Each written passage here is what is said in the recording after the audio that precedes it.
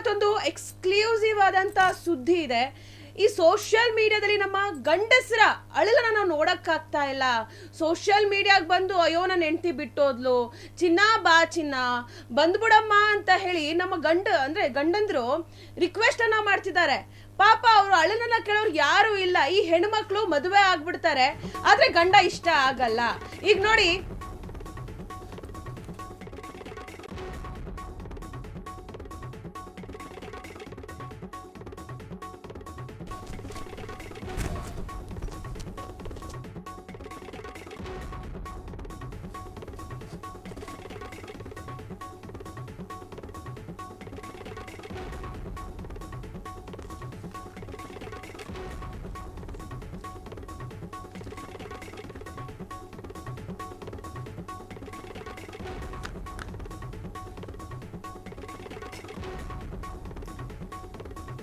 ಇದು ಚನ್ನರಾಯಪಟ್ಟಣದ ಅಮಾಯಕ ಗಂಡನ ಭಯಾನಕ ಹೆಂಡತಿ ಕಥೆ. ಇದು ಅಂದು ಬಾಲೀಲ ವೈರಲ್ ಆಗಿತ್ತು, ಇಂದು ಬರಲ್ಲ ಸ್ವಾಮಿ ವೈರಲ್ ಆಗ್ತಾ ಇದೆ. ಲೀಲಾ ಮಂಜಾ ಮತ್ತು ಸಂತು ಕಥೆಗಿಂತ ಇದು ಭಯಾನಕ ಸ್ಟೋರಿ. ಇದು ಡ್ರೈವರ್ ಸೀನಾ ಮೇಘ ಮತ್ತು ಲವರ್ ಕೆಂಚನ ಸುದ್ದಿ.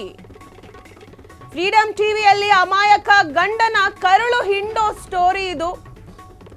ಕೆಲವೇ ಕ್ಷಣಗಳಲ್ಲಿ ವೈರಲ್ ಲೀಲಾವನ್ನ ಮೀರಿಸೋ ಮೆಗಾ ಸ್ಫೋಟ ನಿಮ್ಮ ಫ್ರೀಡಂ ಟಿವಿಯಲ್ಲಿ. ಇದು ಎಕ್ಸ್ಕ್ಲೂಸಿವ್ ಅಲ್ಲ, ಎಕ್ಸ್ಪ್ಲೋಸಿವ್. ಚನ್ನರಾಯಪಟ್ಟಣದ ಅಮಾಯಕ ಗಂಡನ ಭಯಾನಕ ಹೆಂಡತಿ ಕಥೆ ಇದು. ಪಾಪ ಈ ಗಂಡನ ಗೋಳನ್ನ ಕೇಳಿಸ್ಕೊಂಡ್ರೆ ಎಂತವ್ರಿಗಾದ್ರೂ ಕರುಳು ಹಿಂಡಿ ಬರುತ್ತೆ. ಲೀಲಾ ಮಂಜಾ ಸ್ಟೋರಿ ಬಿಡಿ, ಮಂಜಾ ಕುಡಿತಿದ್ದ, ಹೊಡಿತಿದ್ದ, ಅನುಮಾನ ಪಡ್ತಿದ್ದ. ಆದ್ರೆ ಈ ಕಥೆಯಲ್ಲಿ ಅಮಾಯಕ ಗಂಡ ರೀ, ಪಾಪ ಗಂಡನ ಅಳಲನ್ನ ಕೇಳಿದ್ರೆ ನಮ್ಗೆ ಅಯ್ಯೋ ಅನ್ಸುತ್ತೆ. ಇದು ಫ್ರೀಡಂ ಟಿವಿಯಲ್ಲಿ ಅಮಾಯಕ ಗಂಡನ ಕರುಳು ಹಿಂಡೋ ಸ್ಟೋರಿಯನ್ನ ನಾವಿವತ್ತು ನಿಮ್ಗೆ ಹೇಳ್ತಾ ಇದ್ದೀವಿ. ಕೆಲವೇ ಕ್ಷಣಗಳಲ್ಲಿ ವೈರಲ್ ಲೀಲಾವನ್ನ ಮೀರಿಸುವಂತ ಮೆಗಾ ಸ್ಫೋಟ ನಿಮ್ಮ ಫ್ರೀಡಂ ಟಿವಿಯಲ್ಲಿ ಆಗುತ್ತೆ.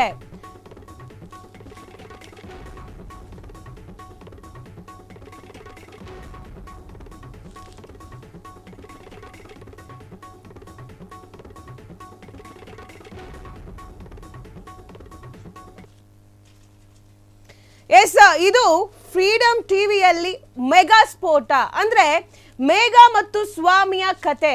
ನೀವು ಮಂಜು ಮತ್ತು ಲೀಲಾ ಕಥೆಯನ್ನ ಕೇಳಿದ್ದೀರಾ. ಆ ಮಂಜು ಲೀಲಾ ಕಥೆಯಲ್ಲಿ ಏನಂತಂದ್ರೆ ಮಂಜು ಕುಡಿತಿದ್ದ, ಹೊಡಿತಿದ್ದ, ಅನುಮಾನ ಪಡ್ತಿದ್ದ. ಬಟ್ ಇಲ್ಲಿ ಆ ಚನ್ನರಾಯಪಟ್ಟಣದ ಅಮಾಯಕ ಗಂಡ ಸ್ವಂತ ಹೆಂಡತಿ ಜೊತೆಗೆ ಇನ್ನೊಬ್ಬ ಕಾಣಿಸ್ಕೊಂಡ್ರು, ಗೊತ್ತಾದ್ರೂ, ಕಣ್ಣು ಮುಂದೆ ಅದು ನೋಡಿದ್ರು ಆಯ್ತು ಇದನ್ನೆಲ್ಲ ಮರ್ತು ಮತ್ತೆ ಹೊಸದಾಗಿ ಸಂಸಾರ ಮಾಡೋಣ ಅಂತ ಹೇಳಿದ್ದ. ಇದು ಸ್ವಾಮಿ ಮೇಘಾಳ ತಾಳ ತಪ್ಪಿದ ಸಂಸಾರದ ಸ್ಟೋರಿ. ಬದುಕೋಕೆ ಅಂತ ಬಂದು ಶೋಕಿಗೆ ಬಿದ್ದಿದ್ಲು ಮೇಘ. ದೇವ್ರು ಬಂದಂತೆ ನಟಿಸಿ ಮೇಘಾಗೆ ಕಾಳು ಹಾಕಿದ್ದ ಪವನ್. ಭವಿಷ್ಯ ಹೇಳ್ತೀನಿ ಅಂತ ಭವಿಷ್ಯವನ್ನೇ ಹಾಳು ಮಾಡಿದ್ದ ಈ ಪವನ. ಅದ್ಯಾವ ಮಾಯಲ್ಲೋ ಮೇಘ ಜೊತೆ ಪವನ್ ರಾಸಲೀಲೆ. ಸ್ವಾಮಿ ಡ್ರೈವರ್ ಡ್ಯೂಟಿ ಹತ್ತುತ್ತಲೇ ಮನೆಗೆ ಬರ್ತಿದ್ದ ಪವನ್. ಬ್ಯಾಕ್ ಡೋರ್ ಇಂದ ಬಂದು ಫ್ರಂಟ್ ಡೋರ್ ಅಲ್ಲಿ ಎಕ್ಸಿಟ್ ಆಗ್ತಿದ್ದ ಆ ಸೊಬಗ. ಪ್ರಿಯಕರ ಸಿಕ್ಕ ಮೇಲೆ ಗಂಡನಿಗೆ ಹೋಗಲೇ ಬಾರಲೆ ಅಂತಿದ್ಲು ಹೆಂಡತಿ. ಗಂಡನಿಗೆ ರೆಸ್ಪೆಕ್ಟೇ ಕೊಡ್ತಿರ್ಲಿಲ್ಲ. ಗಂಡ ಕಾಲ್ ಮಾಡಿದ್ರೆ ಫೋನ್ ಸ್ವಿಚ್ ಆಫ್ ಆಗುತ್ತೆ.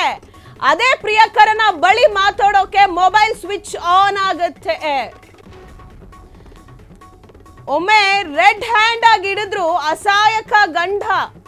ಅಸಹಾಯಕನಾಗಿದ್ದ ಆ ಗಂಡ ಯಾಕಮ್ಮ ಹೀಗೆ ಅಂತ ಪ್ರಶ್ನಿಸುತ್ತಲೇ ಸ್ವಾಮಿಗೆ ಕೈ ಕೊಟ್ಟ ಮೇಘ. ಇದೊಂದು ಮಗನ್ನ ಕರ್ಕೊಂಡು ಮನೆ ಬಿಟ್ಟು ಹೋಗಿದ್ಯಲ್ಲ ಮೇಘ, ಬಂದ್ಬಿಡು ಅಂತ ಕರೀತಿದ್ದಾರೆ. ಆದ್ರೆ ಜೀವ ಭಯದಿಂದ ಬೆಂಗಳೂರು ಬಿಟ್ಟು ಊರು ಸೇರ್ಕೊಂಡಿದ್ದಾರೆ ಸ್ವಾಮಿ. ಕೈಕೊಟ್ಟ ಹೆಂಡತಿಯ ಭಯಾನಕ ಸತ್ಯ ಬಿಚ್ಚಿಟ್ಟ ಸ್ವಾಮಿ, ಅಮಾಯಕ ಗಂಡ ಸ್ವಾಮಿ. ಇದು ಸ್ವಾಮಿ ಮೇಘಾಳ ತಾಳ ತಪ್ಪಿದ ಸಂಸಾರದ ಸ್ಟೋರಿ. ಈ ಸ್ಟೋರಿಯನ್ನ ನೀವೆಲ್ಲರೂ ನೋಡ್ಲೇಬೇಕು ಈ ಒಂದು ಸ್ಟೋರಿಯನ್ನ. ಯಾಕಂದ್ರೆ ಇದು ಅಮಾಯಕ ಎಲ್ಲಾ ಗಂಡಸರಿಗೆ, ಅಮಾಯಕ ಗಂಡಸರು ಯಾರಿದ್ದಾರೆ ಅವ್ರಿಗೆಲ್ಲ ಈ ಸ್ಟೋರಿ ಹೋಲುತ್ತೆ. ಮದುವೆ ಆಗ್ತಾರೆ, ಆದ್ರೆ ಹೆಂಡತಿ ಕೈ ಕೊಟ್ಟು ಹೋಗ್ತಾಳೆ. ಇನ್ನೇನ್ ಮಾಡೋದು ಈ ಗಂಡಸರು? ಅವರು ಸೋಷಿಯಲ್ ಮೀಡಿಯಾದಲ್ಲಿ ಬಂದು ಅವರ ಅಳಲನ್ನ ತೋಡ್ಕೋತಾರೆ. ಈಗ ಸ್ವಾಮಿ ಕೂಡ ಹಾಗೆ ಮದುವೆ ಆಗಿದೆ, ಒಂದು ಮುದ್ದಾದ ಮಗು ಇದೆ. ಈಗ ಮಗುನ್ನೂ ಕರ್ಕೊಂಡು ಹೆಂಡತಿ, ಪ್ರೀತಿಸಿದ್ದಂತಹ ಹೆಂಡತಿ ಮನೆ ಬಿಟ್ಟು ಹೋಗಿದ್ದಾಳೆ. ಆ ಮಗುನಾದ್ರೂ ಕೊಟ್ಬಿಡು, ಆ ಮಗು ಮುಖನಾದ್ರೂ ನೋಡ್ಕೊಂಡಿರ್ತೀನಿ, ಏನಾದ್ರೂ ಮಾಡ್ಕೋ ಅಂತ ಗಂಡ, ಅಮಾಯಕ ಗಂಡ ಸೋಷಿಯಲ್ ಮೀಡಿಯಾದಲ್ಲಿ ಬಂದು ಆತನ ಅಳಲನ್ನ ತೋಡ್ಕೊಂಡಿದ್ದಾನೆ. ಬನ್ನಿ ಆ ಅಮಾಯಕ ಗಂಡ ಸ್ವಾಮಿ ಏನಂತ ಮಾತಾಡಿದಾರೆ ನೋಡೋಣ. ಎಸ್, ನೀವು ಗಮನಿಸಬಹುದು ಈ ವಿಡಿಯೋದಲ್ಲಿರುವಂತದ್ದು ಸ್ವಾಮಿ, ಮೇಘಾಳ ಗಂಡ. ಇದು ಅವರ ಮನೆಯ ಸುತ್ತಮುತ್ತಲು ಇರುವಂತಹ ಜಾಗ. ಇಲ್ಲಿ ಬೆಂಗಳೂರಿನಲ್ಲಿ ಒಂದು ಚಿಕ್ಕ ಮನೆಯಲ್ಲಿ ಪುಟ್ಟದಾಗಿ ಚೊಕ್ಕದಾಗಿ ಸಂಸಾರ ಮಾಡ್ತಿದ್ದ ಮೇಘ ಮತ್ತು ಸ್ವಾಮಿಯ ಆ ಸಂಸಾರವೇ ಹಾಳು ಮಾಡಿದ್ದಾನೆ ಪವನ ಅಲಿಯಾಸ್ ಕೆಂಚ. ಸೊ ಆತನಿಗೆ ಎದುರುಕೊಂಡು ಹೆಂಡತಿ ಹೋದ್ಮೇಲೆ ನಾನು ಯಾಕೆ ಬೆಂಗಳೂರಲ್ಲಿ ಇರ್ಲಿ ಅಂತ ಹೇಳಿ ಊರು ಸೇರ್ಕೊಂಡಿದ್ದಾನೆ ಈ ಸ್ವಾಮಿ. ಅಮಾಯಕ ಗಂಡ ಈಗ ಊರು ಸೇರ್ಕೊಂಡಿದ್ದಾನೆ. ಸೊ ಹೆಂಡತಿ ಊರೂರು ತಿರುಗ್ತಿದ್ದಾಳೆ ಮಗುವನ್ನ ಎತ್ಕೊಂಡು. ಪಾಪ ಈ ಗಂಡ ಏನ್ ಮಾಡ್ಬೇಕು ನೋಡಿ, ನೀವಿಲ್ಲಿ ನೋಡ್ತಿದ್ದೀರಲ್ಲ, ಆತನೇ ಪವನ್ ಕೆಂಚ. ಸೊ ಈತ ಮೇಘ ಹಾಗೂ ಸ್ವಾಮಿ ಮಧ್ಯೆ ಬಂದು ಅವರ ಸುಂದರವಾದ ಸಂಸಾರವನ್ನೇ ಹೊಡೆದಾಕಿದ್ದಾನೆ. ನೀವಿಲ್ಲಿ ಗಮನಿಸ್ಬೋದು ಕೆಂಚನನ್ನ, ಪವನ್. ಸೊ ಈತ ಒಂದು ಸುಂದರವಾದ ಸಂಸಾರವನ್ನೇ ನೋಡಿ, ಸ್ವಾಮಿ ಹಾಗೆ ಅವರ ಮುದ್ದಾದ ಮಗು ಹಾಗೆ ಮೇಘ ನೀವಿಲ್ಲಿ ಗಮನಿಸ್ತಾ ಇದ್ದೀರಾ. ಸೊ ಈತ ಮಧ್ಯದಲ್ಲಿ ಬಂದ ಮೇಲೆ ಇವರಿಬ್ಬರ ಸಂಸಾರ ಹಾಳಾಗಿದೆ. ಏನು ಸ್ವಾಮಿ ಕುಡಿತಾನ, ಸಿಗರೇಟ್ ಸೇತಾನ ಅಥವಾ ಹೊಡಿತಾನ ಬಡಿತಾನ ಇಲ್ಲ, ಅಮಾಯಕ ಗಂಡ. ಆದ್ರೆ ಮೇಘ ಆ ಕೆಂಚನ ಆಸೆಯಿಂದ ಆ ಸ್ವಾಮಿಯನ್ನ ಬಿಟ್ಟಿದ್ದಾರೆ.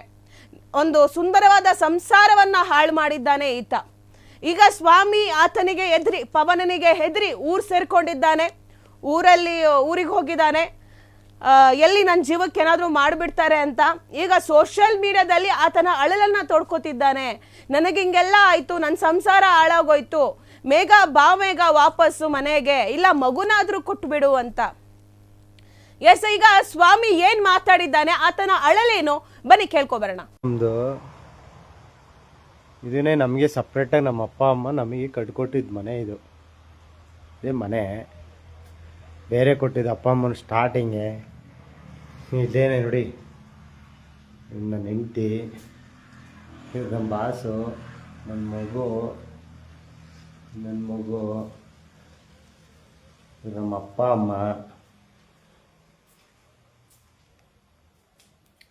ಇದು ನಮ್ಮ ಅಡುಗೆ ಮನೆ. ಅವರು ಸಾಮಾನು ಹೊತ್ಕೊಂಡು ಹೋಗಿದ್ದಾರೆ. ಇದು ರೂಮು, ಕರೆಂಟ್ ಇಲ್ಲ ಹಂಗಾಗಿ ಕಾಣಲ್ಲ. ಇದು ಬಟ್ಲು ಮನೆಯಿಂದ ಅಡುಗೆ ಮನೆವರೆಗೂ ಇದು ನಮ್ಮ ಮನೆ.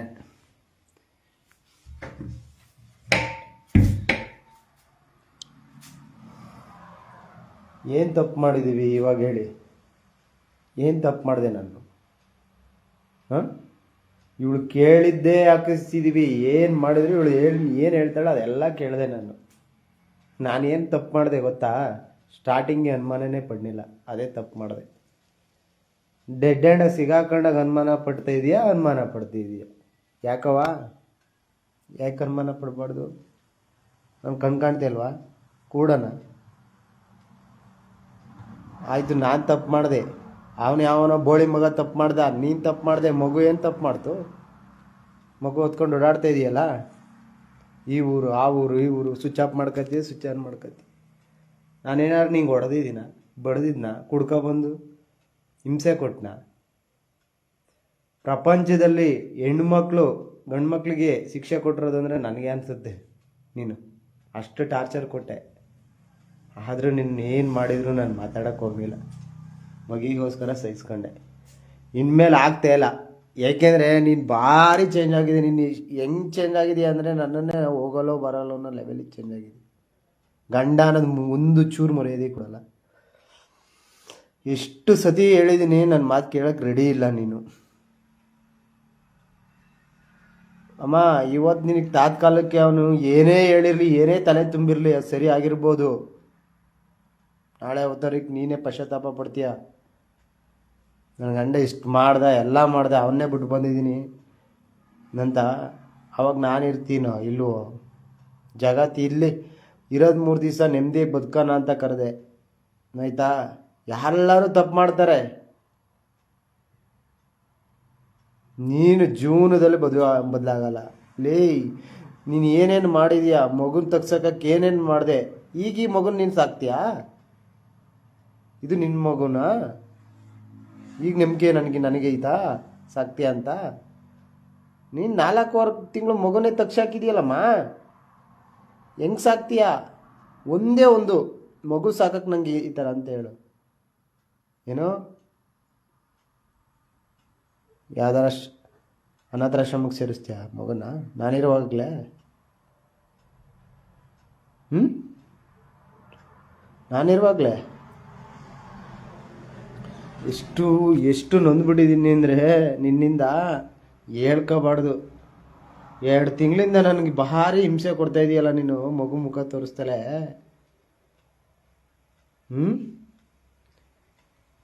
ಏನು ತಪ್ಪು ಮಾಡಿದ್ದೀನಿ ನಾನು? ಇಂಥ ತಪ್ಪು ಮಾಡಿದ್ದೀನಿ ಅಂತ ಹೇಳು ಬಾ. ಎಷ್ಟು ಜನ ಇರಲಿ ಬರ್ತೀನಿ, ಒಡಿಸ್ಕೊತೀನಿ ತಪ್ಪು ಮಾಡಿದ್ದೀನಿ ಅಂದರೆ. ಮಾತಾಡೋಕ್ಕೆ ಹೋಗಲ್ಲ. ನಾನು ತಪ್ಪು ಮಾಡಿದ್ದೀನಿ ಅಂತ ಯಾರು ಹೇಳಿ ಇಲ್ಲಿ ಬೋಳಿ ಮಗನೇ ತಪ್ಪು ಮಾಡಿದ್ದೀನಿ ಕಣ ನೀನು ಅಂತ ಒಡಿಸ್ಕೊಂಬರ್ತೀನಿ. ಮಾಡಿರೋ ತಪ್ಪು ನೀನು ತಪ್ಪು ಮಾಡಿ ಮುಚ್ಚಾಕಳಕ್ಕೆ ಇಷ್ಟೆಲ್ಲ ಮಾಡ್ತಾ ಇದೀಯಾ. ಸುಳ್ಳು ಜಾಸ್ತಿ ದಿನ ಸುತ್ಕೊಂಬರುತ್ತೆ. ಸತ್ಯ ಐತಲ್ಲ ಬೇಗ ಬರಲ್ಲ, ಅದು ಲೇಟ್ ಆಗುತ್ತೆ. ಹೇಳ್ತೀನಿ ಕೇಳು, ನೀನು ಸುಳ್ಳನ್ನ ಅತಿ ಸುಳ್ಳು ಹೇಳೋದು ಕಡಿಮೆ ಮಾಡು. ಅಲ್ಲೋಗಿ ಮಗು ತಗ್ಸಾಕಿದ್ದು ನೀನು ಅಂತ ಹೇಳ್ಕೊಂಡಿದೆಯಲ್ಲ, ಬಾರಮ್ಮ ನಾನು ನೀನು ಸ್ಟೇಷನ್ಗೆ ಹೋಗಿ ನಿಂತ್ಕೊಳ್ಳೋಣ. ಯಾರು ಬೇಡ, ನಾವಿಬ್ಬರೇ ಹೋಗಿ ನಿಂತ್ಕೊಳ್ಳೋಣ. ತನಿಖೆ ಮಾಡಿ ಸರ್, ನನಗೆ ಹೊಡೆದ್ಬಿಟ್ಟು ಬಾಯಿ ಬಿಡಿಸ್ತಾರೆ ತಪ್ಪು ಮಾಡಿದರೆ, ನಾನು ತಗ್ಸಾಕಿದ್ರೆ. ನಾನು ನೀನು ಎಲ್ಲಿ ತಗ್ಸಾಕಿದೆ ಅಂತಲೂ ಹೇಳ್ತೀನಿ. ಯಜ್ಞಳ್ಳಿನ ಮಗ ತಗ್ಸಾಕಿದಿ ನಾನು ಹೇಳ್ತೀನಿ. ಇವತ್ತು ಚಿನ್ನಂತ ಮಗುನ ಓದ್ಕೊಂಡು ಓಡಾಡ್ತಾ ಇದೆಯಲ್ಲ ನೀನು, ಎದೆ ಮೇಲೆ ಬರ್ಸ್ಕೊಂಡಿದ್ದೀನಮ್ಮ ನನ್ನ ಮಗನ್ನ. ನೋಡಮ್ಮ ಇಲ್ಲಿ ಹೆಸರು ಧನ್ವೀರ್ ಗೌಡ ಅಂತ. ಏನು ಹೇಳೋ? ಧನ್ವೀರ್ ಗೌಡ ಅಂತ ಹಾಕ್ಸ್ಕೊಂಡಿರೋದು. ನಿನ್ನ ಮದುವೆ ಆದಮೇಲೆ ನೀನು ನಮ್ಮ ಕ್ಯಾಸ್ಟು, ನಿನ್ನ ಕುರುಬ್ರು ಅಂತ ಗೊತ್ತು, ಆದರೂ ಮದುವೆ ಆದೆ ನಾನು. ಆಯಿತಾ? ಕ್ಯಾಸ್ಟ್ ಭೇದ ಭಾವ ಮಾಡಿ ಮದುವೆ ಆದ್ನಾ? ನಮ್ಮ ಕ್ಯಾಸ್ಟೇ ಇದ್ದಂಗೆ ಅಂತಲೇ ಮದುವೆ ಆಗಿದ್ದು. ನಮ್ಮೂರಿಂದನೂ ಇನ್ನೊಬ್ರು ಮದುವೆ ಆಗೋರೆ, ಹೆಣ್ಮಗು ಕೊಟ್ಟಿದ್ದೀವಿ. ಆಯಿತಾ? ನೀನು ನನಗೆ ಮೋಸ ಮಾಡ್ತಾ ಇದೆಯಲ್ಲ. ಇವತ್ತು ನನ್ನ ಹೆಸರು ಹೇಳೋದು ಅವ್ನು ಧನ್ವೀರ್ ಗೌಡ ಅಂತ ಹೇಳೋದು, ಬೇವನ್ ಯಾವನ ಹೆಸರನ್ನು ಹೇಳಲ್ಲ ಅವರು. ಧನ್ವೀರ್ ಗೌಡ. ಆಯಿತಾ? ಮೋಸ ಮಾಡಬೇಡ. ಮೋಸ ಮಾಡಿದ್ರೆ ದೇವ್ರ ಸತಲ್ಲೂ ನಿನ್ಗೆ ಒಳ್ಳೇದಾಗಲ್ಲ. ಹೇಳ್ತೀನಿ ಕೇಳು. ನೀನು ಜೀವನದಲ್ಲಿ ಉದ್ಧಾರ ಆಯ್ತೀಯಾ? ಇವತ್ತು ಚೇಂಜ್ ಆಯ್ತು ಅಂದರೆ ಸ್ವಿಚ್ ಆಫ್ ಮಾಡ್ಕೊತೀಯ, ಸ್ವಿಚ್ ಆನ್ ಮಾಡ್ಕೊತೀಯ. ಬೇಕಾದಾಗ ಅವನ ಜೊತೆ ಮಾತಾಡೋಕೆ ಸ್ವಿಚ್ ಆನು. ಎಷ್ಟು ಸತಿ ನಿಮ್ಮಿಬ್ರದ್ದು ಕಾಲಲ್ಲಿ ಎಷ್ಟು ತಗ್ಸ್ಲಾ? ನಿಮ್ಮ ಇವಂದು ಯಾರ್ಯಾರು ಏನೇನು ಮಾತಾಡ್ತಾ ಇದ್ದೀರಾ ಅಂತ ತೆಗಿಸ್ತೀವಿ ಬೇಕಾದ್ರೆ ಪೊಲೀಸ್ನವರು. ಅವ್ನು ನಿಮಗೆ ಕಾಲ್ ಮಾಡ್ತಾ ಇಲ್ಲ ಅಂದರೆ ಚಪ್ಪಲಿ ತಗೊಂಡು ಉಡ್ಸ್ಕೊಬಿಡ್ತೀನಿ ನಾನು. ಚಪ್ಪಲಿ ತಗೊಂಡು ತನಿಖೆ ಮಾಡಿಸಿ. ಸುಮ್ಮನೆ ಬಂದು ಹೇಳಕ್ಕೆ ಬೋಕ್ಯಾಟಿಗೆ ಯಾವುದೋ ಸುಳ್ಳು ಹೇಳ್ಕೊಂಡು ಜೀವನ ಮಾಡೋದಲ್ಲ. ಸತ್ಯದ ಮುಂದೆ ಬಂದು ನಿಂತ್ಕೋಬೇಕು. ನಾನೇ 100 ಜನ ಕರ್ಕೊಂಡು ನಿಮ್ಮೂರಿಗೆ ಬರ್ತಾ ಇಲ್ಲ, ಒಬ್ಬನೇ ಬರ್ತಾ ಇರೋದು ಮಗ ನೋಡೋಕ್ಕೆ ಅಂತಾನೆ. ಹೊಡೆದಾಟ ಮಾಡೋಕ್ಕೆ ಬರ್ತಾ ಇಲ್ಲ. ಅಪ್ಪನ ಪ್ರೀತಿ ಏನು ಅಂತ ನಿನಗೆ ಗೊತ್ತಿದ್ರೆ ನೀನು ಈ ಥರ ಮಾಡ್ತಿದ್ದಿಲ್ಲ. ನೀನು ಅಪ್ಪನ ಜೊತೆ ಬೆಳೆದೇ ಇಲ್ವಲ್ಲ, ನಿನ್ಗೆ ಹೆಂಗೆ ಗೊತ್ತಾಗುತ್ತೆ ಅಪ್ಪನ ಪ್ರೀತಿ ಏನು ಅಂತ? ನೀನು ಎಲ್ಲ ಹೇಳಿದ್ರಮ್ಮ ನನಗೆ ನಿಮ್ಮೂರವರು. ನೀನು ಊರಲ್ಲೇ ಬೆಳೆದಿಲ್ಲ, ಅಪ್ಪ ಅಮ್ಮನ ಜೊತೆನೇ ಬೆಳೆದಿಲ್ಲ. ಈ ಊರು ಆ ಊರು, ಧರ್ಮಸ್ಥಳ, ಬಾಂಬೆ ಎಲ್ಲ ಮಾಡ್ಕೊಂಬಂದು ನೀವು ನನಗೆ ಏನಾರ ಹೇಳಿದ್ರ ನೀವು ಮದುವೆ ಆಗಕ್ಕೆ ಮುಂಚೆ? ಹಾಂ, ಬಾಂಬೆಗೆ ಏನು ಮಾಡಕ್ಕೆ ಹೋಗಿದ್ದೆ ನೀನು? ಕೆಲ್ಸಕ್ಕೆ ಹೋಗಿದ್ದಾ? ಎಷ್ಟು ಓದಿದ್ಯಾ ನೀನು? 9ನೇ ಕ್ಲಾಸು ಓದಿರೋದು ನೀನು. 9ನೇ ಕ್ಲಾಸು. ನಾನು ಅದು ಓದಿಲ್ಲ ಬಿಡು, ಆದರೆ ನಿನ್ನ ಥರ ದಡ್ಮುಂಡೆ ಅಲ್ಲ ನಾನು. ಇನ್ನೊಬ್ಬನ ನೆಮ್ಕೊಂಡು ಜೀವನ ಮಾಡ್ಕೊಂಡು ಹೋಗೋವಂಥ ದಡ್ಮುಂಡೆ ಅಲ್ಲ. ನನಗೂ ಮದುವೆ ಆಗೋ ಕೆಪಾಸಿಟಿ ಐತೆ. ನಿನ್ನಂತೇಳೆ ಒಬ್ಳು ಯಾರ ಸಿಗ್ತಾಳೆ? ನನಗೆ ಬೇಡ. ನನಗೆ ಮಗು ಕೊಡು, ನಾನು ಅವನ್ನೇ ರಾಜನ ಥರ ಸಾಕೊಂಡಿರ್ತೀನಿ. ನನಗೆ ಬೇಡ ಕಣ್ತಾಯಿ, ಇನ್ನೊಂದು ಮದುವೆ ನನಗೆ ಬೇಡ. ಹೇಳವಾ, ತಿಂಡಿ ಎಷ್ಟು ದಿನ ಮಾಡಿಕ್ಕಿದೆಯಾ ನನಗೆ? ಎಷ್ಟು ದಿನ? ಪ್ರತಿಯೊಬ್ಬರು ಮನೆ ಹೆಣ್ಮಕ್ಳು 5 ಗಂಟೆ ರಾತ್ರಿಗೆ ಎದ್ದು ರಂಗಲ್ಲೇ ಬಿಡ್ತಾರೆ. ನೀನು ಹೇಳೋದೆ 10 ಗಂಟೆ. ಶನಿವಾರ ಭಾನುವಾರ ನನ್ನ ಮಗನ ನಾನು ತಿಂಡಿ ಕುಡಿಸ್ಕೊಬತ್ತಿದ್ದೆ. ಮಗ ಮನಸ್ಕೊಂಡು 10 ಗಂಟೆ ಗಂಟ ನೀನು ಚೆನ್ನಾಗಿ ಸಾಕ್ತೀನಿ ಅಂತ ಹೇಳ್ತೀಯಾ? ನೀನು ನಿಜವಾಗ್ಲೂ ಆರೋಗ್ಯವಾಗಿದ್ದೀಯಾ? ನಿನ್ನ ತಲೆಗೆ ಏಟ್ ಬಿದ್ದಿಲ್ವಾ?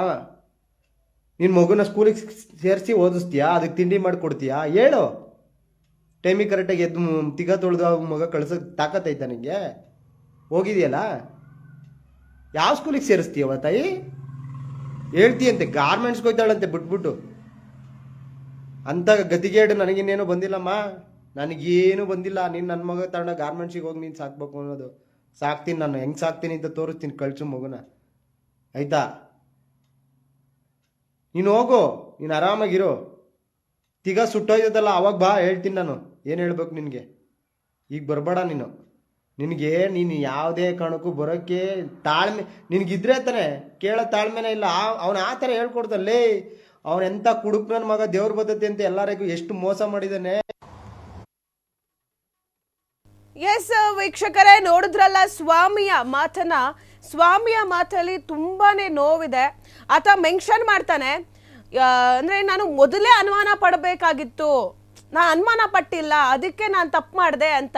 ನೋಡಿ, ಗಂಡಸರು ಅನುಮಾನ ಪಡ್ತಾರೆ ಅಂತ ಹೇಳಿ ಹೆಂಡ್ತಿದಿರು ಗಂಡಂದ್ರ ಮೇಲೆ ಆರೋಪ ಮಾಡ್ತಾರೆ. ಬಟ್ ಇಲ್ಲಿ ಆ ಅಮಾಯಕ ಗಂಡ ಏನಿದ್ದಾನೆ ಸ್ವಾಮಿ, ಆತ ಅನುಮಾನನೇ ಪಟ್ಟಿಲ್ಲ ಸ್ಟಾರ್ಟಿಂಗು ಆ ಹೆಂಡ್ತಿ ಮೇಲೆ. ಸೊ ಹೆಂಡ್ತಿ ಮೇಲೆ ಅನುಮಾನ ಪಡದೇ ಇದ್ದಿದ್ರಿಂದ ಮೇಘ ಪವನನ್ನ ನೋಡ್ಕೊಂಡಿದ್ದಾರೆ. ಅದು ಅಲ್ಲದೆ ಅವ್ರು ಇನ್ನೊಂದು ಮೆನ್ಷನ್ ಅನ್ನ ಕೂಡ ಮಾಡಿದ್ರು, ಮೇಘ ಪವನಿಗೆ ಅಂದ್ರೆ ಮೇಘ ಸ್ವಾಮಿಗೆ ಹಿಂಸೆಯನ್ನ ಕೊಟ್ಟಿದ್ದಾರೆ ಅಂತ. ಸೊ ಜಗತ್ತಿನ ಎಲ್ಲಾ ಗಂಡಂದ್ರನ್ನ ನೋಡಿದ್ರೆ ನಾನು ಒಬ್ನೇ ಗಂಡ ಅಂತ ಅನ್ಸುತ್ತೆ, ಹೆಂಡತಿಯಿಂದ ಹಿಂಸೆ ಪಡೆದಿರುವಂತ ಗಂಡ ಅಂತ ಹೇಳಿದ್ದಾರೆ. ಕ್ಷಣ ಕ್ಷಣದ ಸುದ್ದಿಗಳಿಗಾಗಿ ಫ್ರೀಡಂ ಟಿವಿ ಸಬ್ಸ್ಕ್ರೈಬ್ ಮಾಡಿ, ಲೈಕ್ ಮಾಡಿ ಹಾಗೂ ಫಾಲೋ ಮಾಡಿ. ಹೊಸ ಸುದ್ದಿಗಳ ನೋಟಿಫಿಕೇಶನ್ಗಾಗಿ ಬೆಲ್ ಐಕಾನ್ ಮೇಲೆ ಕ್ಲಿಕ್ ಮಾಡಿ.